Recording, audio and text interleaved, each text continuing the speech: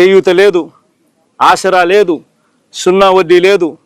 గతంలో వైఎస్ఆర్సీపీ హయాంలో ఉన్న పథకాలన్నీ రద్దు. ఫీజు రీయింబర్స్మెంట్ బకాయిలు దాదాపుగా 9,000 కోట్లు ఉన్నాయి. విద్యా దీవెన, వసతి దీవెన బకాయిలు. పిల్లలు చదువులు మానేస్తా ఉన్న పరిస్థితులు, చదువులు చదవలేక అందరికన్నా నష్టపోయేది బీసీలే. ఈయన బీసీల గురించి మాట్లాడేది. మత్స్యకారుల కోసం వైఎస్ఆర్సీపీ ప్రభుత్వ హయాంలో మత్స్యకారుల కోసం ఎప్పుడు జరగని విధంగా 10 ఫిషింగ్ హార్బర్లు, ఎప్పుడు జరగని విధంగా 10 ఫిషింగ్ హార్బర్లు, 4 పోర్ట్లు, మన హయాంలో 6 ఫిష్ ల్యాండింగ్ సెంటర్లు మనం ప్లాన్ చేస్తే, కట్టడం మొదలెడితే ఈ మనిషి వచ్చిన తర్వాత ఏం చేస్తూ ఉన్నాడు? ఇదే శ్రీకాకుళం జిల్లాలోనే మూలపేట పోర్టు ఎవరు మొదలుపెట్టినారు? ఇదే శ్రీకాకుళం జిల్లాలోనే బోడగట్లపాలెం, మంచినీళ్ళపేట ఫిషింగ్ హార్బర్లు ఎవరు తీసుకొచ్చారు? వైఎస్ఆర్సీపీ ప్రభుత్వం. ఈయన ఏం చేస్తూ ఉన్నాడు?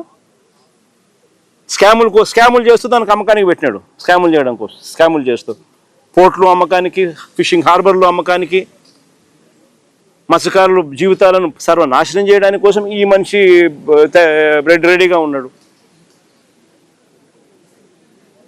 అసలు ఈ మనిషి చంద్రబాబు నాయుడు అనే వ్యక్తి సూపర్ 6లు లేవు, సూపర్ 7లు లేవు.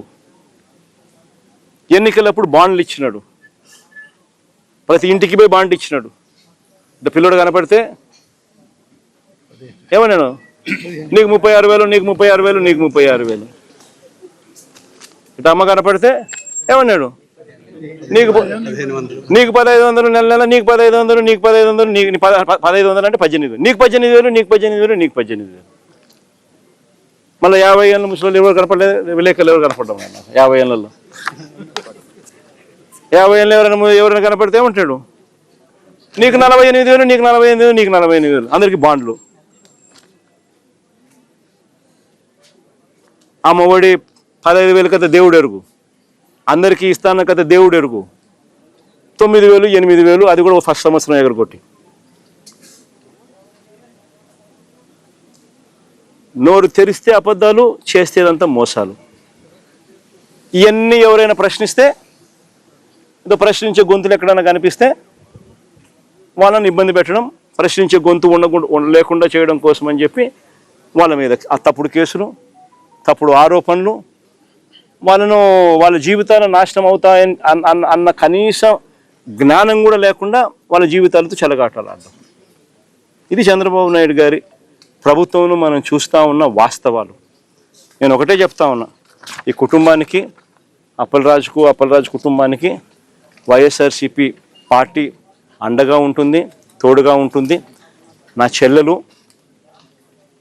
అప్పలరాజు భార్య అన్ని రకాలుగా తోడుగా ఉంటుంది వైఎస్ఆర్సీపీ అని చెప్పి మరొకసారి భరోసా ఇస్తా ఉన్నాను.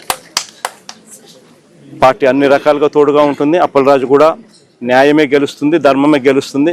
అప్పలరాజు కూడా ఖచ్చితంగా త్వరగానే బయటకు వస్తాడు. ఎందుకంటే న్యాయస్థానాలు ఇంకా బ్రతికే ఉన్నాయి ఈ దేశంలోనూ, ఈ రాష్ట్రంలోనూ అన్న వాస్తవం కూడా నిజమే. కాబట్టి త్వరలోనే ఆయన బయటకు వస్తాడు. బయటకు వచ్చిన తర్వాత చంద్రబాబు నాయుడు గారి ప్రభుత్వం మీద జరగబోయే యుద్ధం ఇంకా తీవ్ర స్థాయిలో, ఇంకా గట్టిగా కూడా చేసే కార్యక్రమం కూడా వైఎస్ఆర్సీపీ ఖచ్చితంగా చేస్తుంది.